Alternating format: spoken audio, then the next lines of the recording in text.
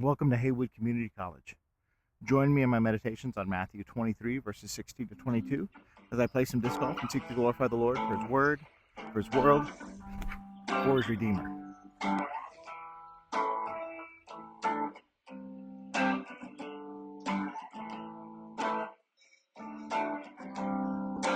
In Matthew 23, Jesus has been pronouncing woes against the Pharisees and scribes, pronouncing judgment against them for their hypocrisy. In verse 16, Jesus pronounces woe, saying, "Woe to you, blind guides." And on top of pronouncing woe, Jesus has already given us something to think about. A guide who can't see. Jesus goes on to show them how their instruction leads to anything but good guidance. These blind guides who provide instruction that does not help. Jesus identifies these blind guides by saying that there are those who say that if you swear by the temple, it's nothing. But if you swear by the gold of the temple, you're bound to that oath. This guidance, this counsel, sounds like it's full of wisdom and nuance, distinguishing between the temple and the gold in the temple. But Jesus has a different opinion. Jesus calls them blind fools and asks, what is greater, the gold or the temple that made the gold sacred? In verse 18, Jesus gets even more pointed when he turns from those who say to you say. His accusation is personal now. He accuses them of declaring that if anyone swears by the altar, it's nothing, but if they swear by the gift on the altar, then they're bound to their oath. Jesus again pointedly mocks them, insults them, saying, "You blind men." And then he makes the same argument. He asks again, which is greater, the gift or the altar that makes the gift sacred? Jesus' rhetorical questions have clear answers, and he works out the implications of those answers as a way of illustrating just how blind these guides truly are. Jesus explains that the one who swears by the altar swears by the altar and everything offered on the altar. And the one who swears by the temple swears by him who dwells in the temple.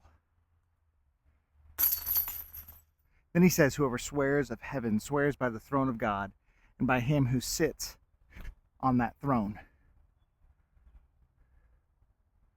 The principle is clear.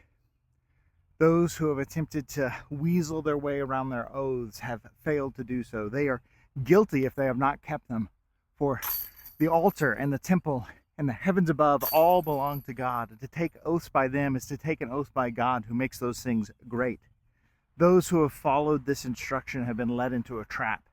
They have been convinced that they could bargain with God and that they could go back on their word based on a nuanced detail in the contract. In an attempt to be clever, they have broken faith with the living God. They are oath breakers, guilty before a holy and righteous God. It's no wonder then that Jesus pronounces woe on these blind and foolish guides who have insulted Jesus, insulted God, and led others to do the same. If we consider the context of this teaching, we see that Jesus has really pushed the issue. He has corrected them, insulted them, pronounced woe upon them, and contradicted their counsel. They have to do something about it. It's helpful to remember, of course, that here as he pronounces this clear teaching, this woe, this judgment, these insults, he's in the Passion Week, headed toward the cross, and giving his accusers no opportunity to do anything other than deal with him by faith or by murder. So may we rejoice in Christ today, who is knowingly embracing the cross, moving toward it, not away from it, as he teaches the people and pronounces woe on their false teaching.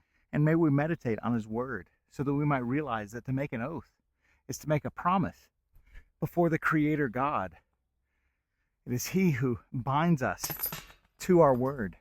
It is He who makes holy all that He touches.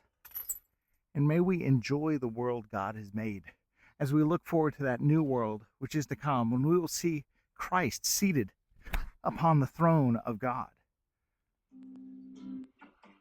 Until next time.